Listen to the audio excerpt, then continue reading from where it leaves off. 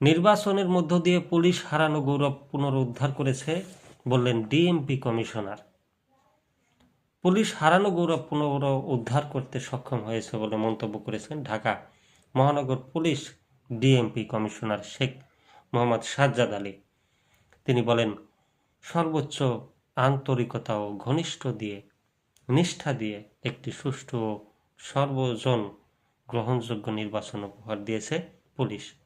Police তার হারানো গৌরব পুনরুদ্ধার করতে সক্ষম হয়েছে।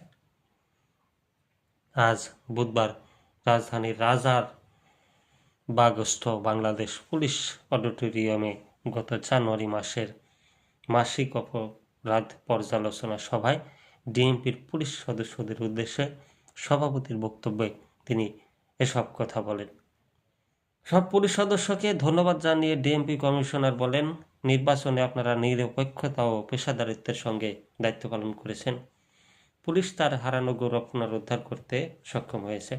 আগামী দিনগুলোতেও পুলিশ এই ইতিবাচক ভাবমূর্তি ধরে রাখার জন্য সবাইকে নিষ্ঠার সঙ্গে কাজ করার নির্দেশ দেন সাজ্জাদ আলী। সভায় অতিরিক্ত police commissioner admin Mohammad Sarwar জানান, রমজানে ইফতারের আগে ট্রাফিকের চাপ বেড়ে যায়।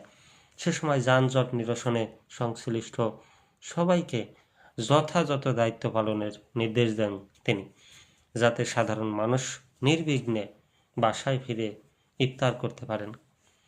পাশাপাশি ট্রাফিক আইন মেনে চলার জন্য সবার প্রতি আহ্বান জানান তিনি। অতিরিক্ত police commissioner crime and operations S N. Mohammad Nazrul Islam জানান, সামনে 21শে ফেব্রুয়ারি ও অমর 21শে বইমেলার মতো বড় আয়োজন রয়েছে। এছাড়া পবিত্র মাহে রমজানে বিশেষ করে তারাবির সময় চুরি ছিনতাই যেন কোনোভাবেই সংগঠিত না হয় সে বিষয়ে সংশ্লিষ্টদের সতর্ক থাকার নির্দেশ দেন তিনি।